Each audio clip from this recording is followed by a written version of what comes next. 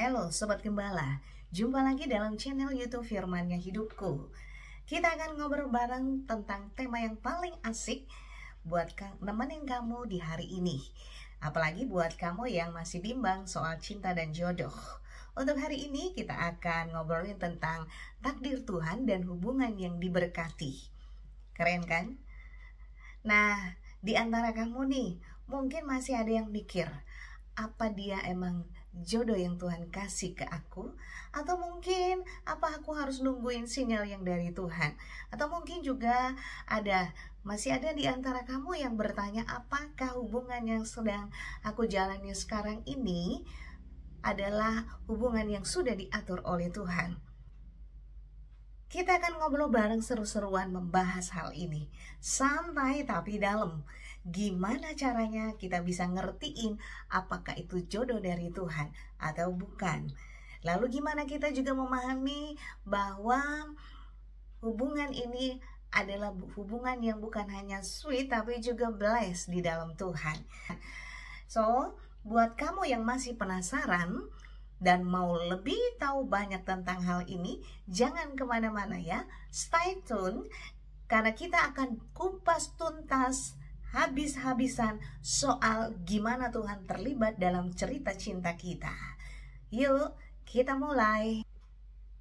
Oke, awal yang mungkin kita akan bahas, biar kamu pada ngerti, adalah kita akan lihat gimana sih tentang takdir dalam perspektif Alkitab. Bicara tentang takdir ini kayak kita lagi bahas naskah hidup kita yang Tuhan sedang tuliskan gitu ya. Tapi ini bukan soal kebetulan atau juga udah nasib, tapi lebih kepada arah Tuhan yang punya master plan yang keren buat kita semua. Konsep ini memang agak unik kalau kemudian kita bahas, dan gak segampang yang kayak kita lihat di film-film romantis ya. Jadi ada kisahnya lalu happy endingnya sweet seperti itu. Tetapi kita lihat di sini bahwa dalam iman Kristen kita percaya Tuhan tuh punya kedaulatan di atas semua di muka bumi ini. Dia punya kontrol penuh atas segala sesuatu termasuk hidup kamu. So, jadi gini, dalam iman Kristen kita itu percaya Tuhan memberikan kita rencana yang indah. Mungkin kita istilahkan adalah takdir. Takdir di luar sana dengan konsep yang berbeda, tetapi pada dasarnya takdir adalah segala sesuatu yang terjadi karena kehendak Tuhan di dalam rencana Tuhan atas kehidupan kita. Kayak gini nih, kayak si tukang priuk yang membentuk bejana yang indah. Nah, bejana ini tuh tidak pernah protes atau tidak pernah request untuk dibentuk seperti apa. Tergantung dari si tukang priuknya, menurut keahliannya, menurut rencananya, menurut harapannya, maka bejana itu akan dibentuk. Nah, kayak gini nih kehidupan kita di tangannya Tuhan. Kalau kemudian kita lihat, maka kita akan ngerti bagaimana Tuhan sudah merancangkan kehidupan kita, dan apapun yang akan kita lalui dalam hidup ini, itu semua di dalam kehendak dan kontrol daripada Tuhan.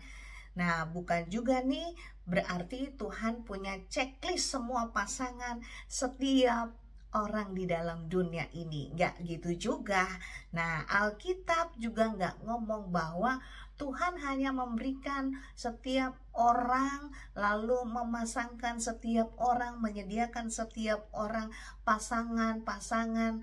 Karena ada juga yang dipanggil untuk menjadi jomblo. Next, bulan depan kita akan bahas tema ini. Jangan kemana-mana ya. Kita lanjut bahwa ketika Alkitab mengajarin kita melihat bahwa ternyata Tuhan punya rencana yang terbaik dan ngasih kita petunjuk lewat firman-Nya tentang gimana sih sebenarnya kita memilih pasangan di dalam rencana yang sudah disiapkan buat kita. Artinya dia sudah mengatur, tinggal kita kemudian menyesuaikan diri kita, melangkah sesuai dengan pimpinan Tuhan. Disinilah kita perlu sejalan dengan Tuhan, apa yang sudah direncanakan, maka kita, kamu dan saya berjalan di dalam kehendak itu. So, ini memang tidak mudah, tetapi mari kita belajar bahwa Dia yang mengatur, kita tinggal mengikuti kehendak Tuhan. Dan di dalam rencana Tuhan yang terbaik, Dia mengajar kehidupan kita untuk mencari pasangan yang seimbang, so yang bisa bantu kita bertumbuh di dalam Tuhan dan punya karakter yang sesuai dengan nilai-nilai kekristenan. Tentu ada di antara kita, tinggal bagaimana kita mengikuti pimpinan Tuhan. Jadi Tuhan tuh lebih sebenarnya ngasih kita apa di dalam takdir, di dalam kehendaknya adalah pedoman, supaya bukan hanya sekedar Dia memberikan kita nama pasangan kita, tapi Dia membawa kita untuk berproses bersama dengan Dia. Tuhan mengerjakan bagiannya, so kamu juga mengerjakan bagianmu. Artinya bahwa kita harus meminta hikmat dari Tuhan, sehingga setiap pilihan yang kita buat, keputusan yang kita buat, pasangan yang kemudian kita tentukan menjadi pasangan hidup kita, tidak akan meleset dari rencananya. Jadi, kamu yang masih bingung soal jodoh, ingatlah untuk fokus dulu kepada kehendak Tuhan. Fokuslah dengan hubunganmu pada Tuhan, dan biarkan Dia memberikan kamu hikmat untuk berjalan di dalam kehendaknya dan memilih pasangan yang tepat.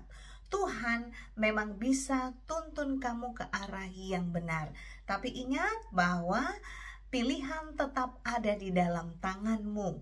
Jangan lupa, jodoh itu soal kerja sama kita antara kehendak Tuhan, pimpinan Tuhan, rencana Tuhan, lalu pilihan kamu sendiri.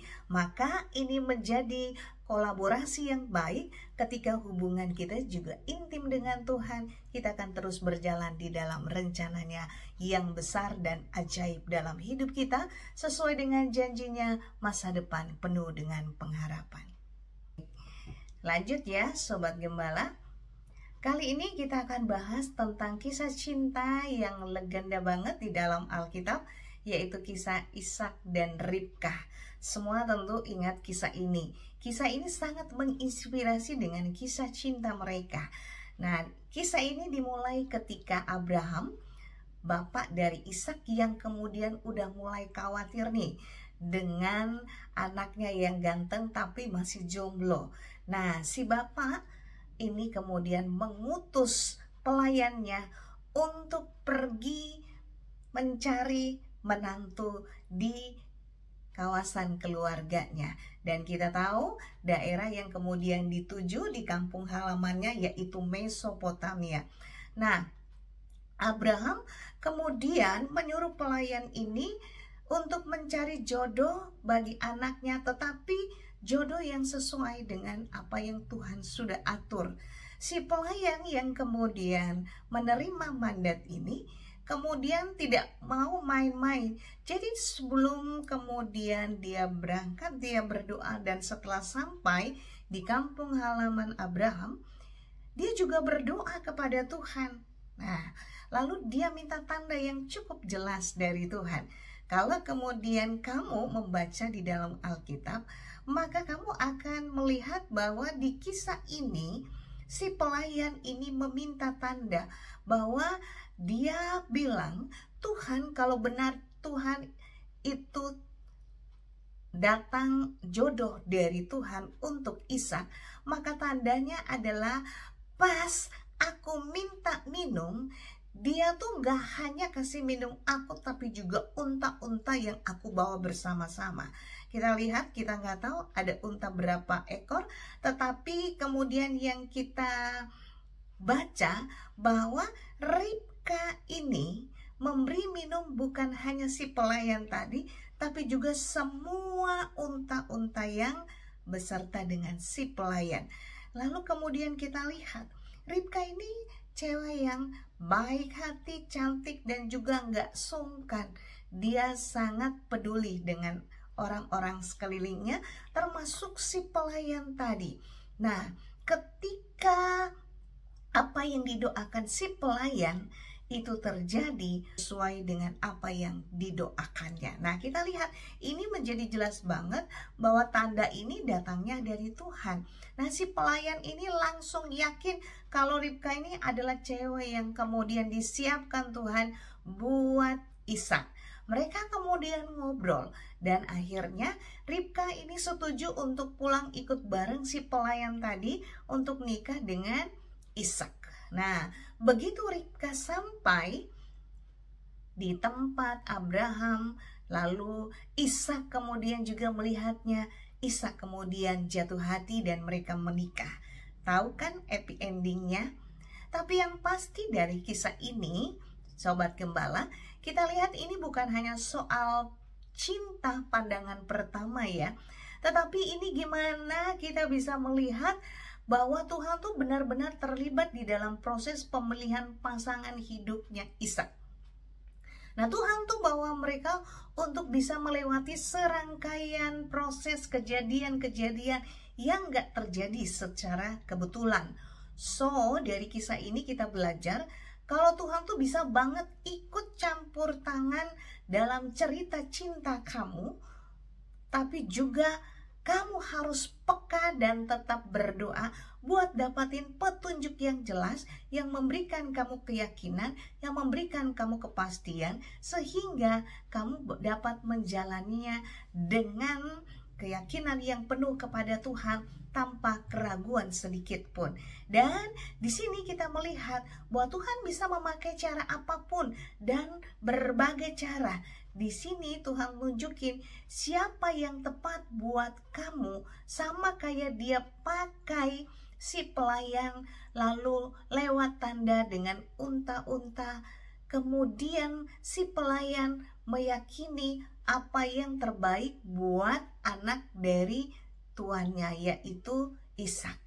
Nah, kita lihat cerita kisah cinta ini menginspirasi juga buat kamu yang lagi mencari pasangan hidup, bahwa Tuhan dapat terlibat dalam cerita cintamu, mempertemukan kamu dengan orang yang tepat lewat proses-proses yang terjadi, kejadian-kejadian yang tidak pernah terjadi secara kebetulan. Nah, bahas dari kisah cinta tadi, maka kita akan breakdown dulu untuk kamu lebih santai dan bisa lebih memahami bahwa di dalam takdir rencana yang Tuhan kehendaki, maka kita akan tahu bahwa Tuhan tuh punya plan yang matang habis buat kita. So, di dalam Alkitab Tuhan sendiri mengatakan bahwa Dia menyediakan masa depan penuh dengan pengharapan buat kita. Dia tidak pernah merencanakan yang jahat, bahkan kecelakaan. Kalau kemudian kita percaya sepenuhnya bahwa plan-nya Dia adalah master plan buat kita, yang tahu yang terbaik buat kita.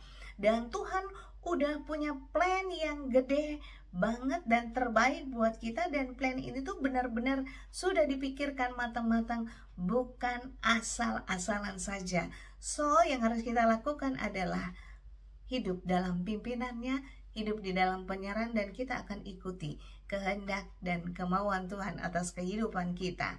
Dan kadang-kadang di dalam proses ini mungkin kamu tuh pada nggak paham, tapi yang pasti Tuhan selalu on the point. Artinya setiap kejadian-kejadian dalam pimpinannya itu Dia membawa kita pada momen-momen untuk tahu bahwa ternyata apa yang Tuhan buat, rencanakan, itu yang terbaik, meskipun kadang-kadang kita tuh nggak ngerti apa yang terjadi saat ini. Next, kita jalani ke depan, Tuhan bukakan apa yang akan kita lalui, dan Tuhan bawa kita untuk melihat ujungnya tuh selalu bicara tentang kebaikan, bicara tentang berkat, bicara tentang kuasa yang Tuhan akan nyatakan dalam hidup kita. Jadi, meskipun kamu di tengah badai, ingatlah kalau Tuhan tuh tidak pernah salah naskah hidupmu, termasuk tentang jodoh.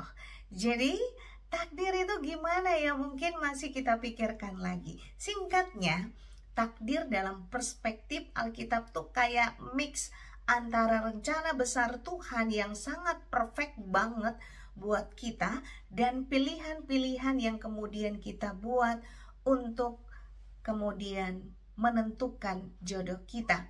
Mungkin kita nggak tahu semua secara detail, tapi yang pasti Tuhan itu selalu punya cara yang terbaik untuk kita, untuk bawa kamu nggak perlu galau lagi soal takdir. Karena Tuhan adalah sutradara yang paling asik dan jago, dan kita adalah pemerannya, maka kita tinggal mengikuti naskah dari Tuhan untuk mengalami karyanya. Nah, di sini memang kalau kemudian kita pahami, maka kamu akan dibawa untuk berjalan dalam pimpinan Tuhan yang membuat kamu melalui jalan-jalan untuk penuh dengan penyerahan, sehingga kamu akan mengerti apa yang Tuhan sedang kerjakan atas hidupmu. Oke, emang gak mudah kita kemudian berjalan percaya pada takdir atau rencana Tuhan dalam hidup kita, lalu kita juga membuat pilihan-pilihan dalam hidup ini. Apa yang harus kita awali, kita buat adalah dengan percaya. Kamu harus percaya kepada Tuhan bahwa Tuhan tuh punya takdir yang terbaik buat kamu. Artinya kamu yakin banget kalau hidup ini bukan hanya secara kebetulan, semua sudah Tuhan rencanakan, semua Tuhan sudah buat, semua Tuhan sudah atur. Tuhan sudah punya blueprint atas rencana besarnya sejak awal dalam hidup kamu, dan dia tuh tahu banget tujuan hidup kamu, kapan kamu akan bertemu jodoh, karir yang cocok, dan semua yang detail dalam hidupmu.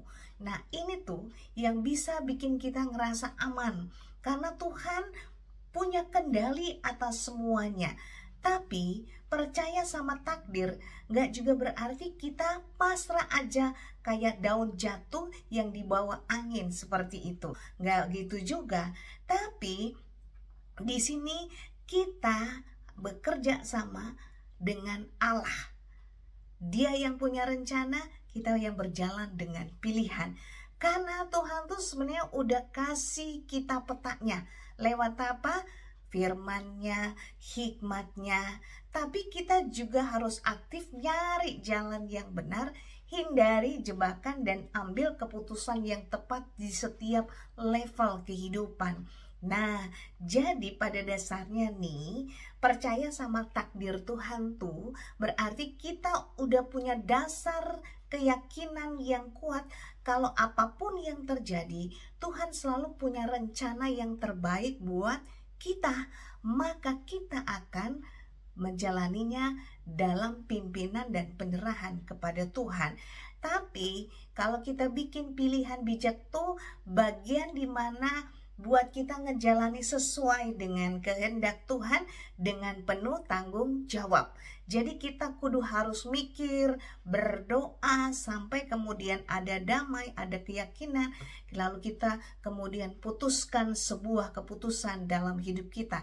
Cari tahu mana sih yang sesuai dengan kehendak Tuhan, dan ini akan membuat kita tahu jalan-jalan yang sedang Tuhan tunjukkan buat kita. Intinya percaya sama takdir dan bikin pilihan yang bijak itu kayak dua sisi koin yang berjalan barengan dan saling melengkapi. Jadi kita harus menjalaninya seperti apa sih supaya rencana ini terjadi dan kita pun tetap aktif dengan keputusan-keputusan kita. Kita akan lihat yang pertama adalah ingat bahwa pasangan hidup kita itu akan ketemu dengan kita bukan hanya ketika kita harus nunggu. Jadi jangan cuma nunggu kerjaan kita, tapi kita bersama-sama dengan Tuhan. Jadi kamu juga harus punya komunitas bertemu dengan orang-orang baru, kenalan dengan mereka, perbaiki diri kamu, sehingga bertambah hari karaktermu semakin berubah dan kamu pun dapat semakin peka dengan pimpinan Tuhan dalam hidupmu. Karena di dalam 2 Korintus pasal 6 ayat yang ke-14, di sana dikatakan jangan sampai kamu terikat sama orang yang gak seiman. Ingat, ada standar Tuhan yang harus kemudian kita jalani. So, jangan coba-coba bahwa dengan alasan kamu mau menangkan jiwa. Ada banyak cara untuk menangkan jiwa, tetapi berhubungan dengan jodoh atau pasangan hidup sepanjang kehidupan kita, itu adalah pilihan di mana kita tahu bahwa itu yang terbaik dan Tuhan sudah siapkan buat kita. Jadi kita jangan kemudian melanggar apa yang Tuhan sudah tetapkan dalam firman-Nya. Ingat, kalau menentukan jodoh, Tuhan punya rencana, kita juga harus aktif untuk mereka yang sevisi dengan kita, bertumbuh di dalam Tuhan dan membangun kehidupan kita untuk dewasa di dalam Tuhan. Lalu jangan lupa juga, selain kita trust sama kehendak Tuhan, tapi kita juga kudu action. Artinya ada tindakan-tindakan yang kita lakukan. Jangan cuma ngomong, tapi ingat, kita tetap harus berjalan. Ketika kamu ragu, ketika kamu bimbang, ada orang-orang, teman-teman yang bisa mendukung kamu. Ada mentor rohani, bahkan kalau kamu memang ngerasa bahwa butuh bantuan profesional, why not? Itu adalah bantuan yang Tuhan sediakan, sehingga lewat lingkungan, lewat support system ini, kamu akan terus berjalan di dalam kehendak Tuhan. Terus ingat juga, mesti balancing antara iman dan aksi. Kamu percaya, kamu bertumbuh di dalam komunitas gereja. So, cari juga di dalam komunitas gereja. Artinya mereka yang sudah kamu kenal, yang sudah dekat, sehingga ketika kamu ingin berkomitmen untuk berjalan bersama-sama, mempersiapkan masa depan, masuk dalam pernikahan, kamu udah mengenal dia lebih dalam, kamu sudah tahu siapa dia, sehingga kamu akan masuk dalam komitmen pernikahan dengan orang yang sudah kamu kenal, bukan hanya kulitnya, tapi engkau kenal lebih dalam, bahkan sampai ke keluarganya. Lalu selanjutnya, pilih teman yang membangun. Kenapa? Kita akan jadi seperti lingkungan di mana kita ada. Jangan lupa, kamu kudu milih teman yang dekat dengan kamu. Boleh nggak harus berteman dengan semua orang? Boleh, itu berarti kamu akan berdampak. Tapi untuk menjadi teman dekat, menjadi sahabat, kamu pilih orang-orang yang bisa membangun kamu, mensupport kamu untuk semakin kamu maju di dalam Tuhan. Ketika kamu melemah, mereka akan menguatkan kamu. Ketika kamu tidak berdaya, mereka akan teguhkan kamu. Nah, teman-teman seperti ini, sahabat-sahabat seperti ini yang menjadi prioritasmu dalam lingkungan terdekatmu, yang bisa memberikan support buat kamu sehingga kamu tetap berjalan dalam kehendak Tuhan. Lalu apa yang harus dilakukan nih supaya ini semua bisa terwujud dalam hidup kita? Kita berjalan dalam kehendak Tuhan dan kita juga menjalaninya dengan pilihan-pilihan. Ingat, mulailah hari dengan devotion ya. Mulailah harimu dengan hubunganmu kepada Tuhan. So, jangan cari handphone dulu, scroll medsos sampai kamu kehabisan waktu. Tapi luangkan waktumu untuk berdoa dan membaca Alkitab. Ini penting banget nih. Kayak kita tuh ngecas spiritual baterainya kita, sehingga kembali kuat untuk menghadapi berbagai tantangan dalam keseharian kita. Dan mulailah mencari hikmat dari Tuhan dan petunjuknya, sehingga kamu tetap berjalan dalam kehendak-Nya. Lalu kamu juga harus punya hati yang terbuka. Artinya kamu siap untuk dengerin ketika Tuhan bicara dalam hidupmu. Mungkin dengan suara hatimu, mungkin lewat suara orang tua, lewat firman Tuhan yang kamu dengar. Pekalah dengan semuanya itu sehingga pimpinan Tuhan terus terjadi dalam hidupmu. Sekalipun kamu sibuk, sekalipun kamu penuh dengan kegiatan yang padat, ingat Tuhan terus berbicara dalam hidupmu dan belajarlah untuk peka mendengarkannya. So ambillah. Selanjutnya, ambil keputusan kecil yang bijak dan hargai keputusan-keputusan itu dengan memberikan reward buat diri sendiri. Setiap pencapaian-pencapaian itu membuat kamu berani untuk mengambil keputusan. Dari keputusan-keputusan yang kecil sampai keputusan yang besar, yang membuat kamu semakin mandiri, semakin yakin, dan semakin percaya diri untuk berjalan dalam kehendak Tuhan. Jangan takut untuk mencoba hal-hal yang baru, sebab hal-hal yang baru membuat kamu melihat kesempatan-kesempatan yang baru dengan suasana yang baru, dengan tantangan yang baru. So, ketika kamu gagal, itu yang menjadi pembelajaran yang punya makna tersendiri untuk melihat kebesaran Tuhan, meneguhkan, menguatkan, memimpin kamu, sehingga kamu akan semakin lebih baik lagi melangkah ke depan. Dan ingat bahwa harus tetap konsisten menjalaninya bersama dengan Tuhan. Memang gak mudah. Kadang-kadang melalui jalan Tuhan tuh yang kita lalui bukanlah padang berumput hijau, tetapi lembah-lembah kekelaman. Nah, di sini pun Tuhan tuh tetap ada. Karena ketika kamu menemukan tantangan atau halangan, tapi kamu tetap konsisten, maka Tuhan tetap ada. Jangan berhenti berdoa, jangan berhenti percaya. So, konsisten ini bahkan membuat kamu jauh lebih kuat, jauh lebih matang, dan jauh lebih bertumbuh di dalam iman. Ini akan membuat kamu menjadi orang yang bisa lebih peka dengan orang di sekeliling. Dan bukan itu aja, kamu akan semakin dekat dan intim dengan Tuhan. Ingat, percaya pada proses, sabar, dan jangan terburu-buru. Ingat ya, bahwa semua ada waktunya. Kadang Tuhan tuh minta kamu untuk sabar, nunggu waktu yang tepat. Jadi jangan buru-buru atau terburu nafsu buat dapetin yang kamu mau, termasuk ketemu dengan jodoh. Percaya proses dan tetap pegang pada janji Tuhan. Yuk, makasih banget buat kamu yang sudah join ngobrol bareng di episode kali ini. Kalau kamu ngerasa terberkati, jangan ragu buat share ke teman-teman kamu yang juga lagi butuh pencerahan soal jodoh dan hubungan yang diberkati ini.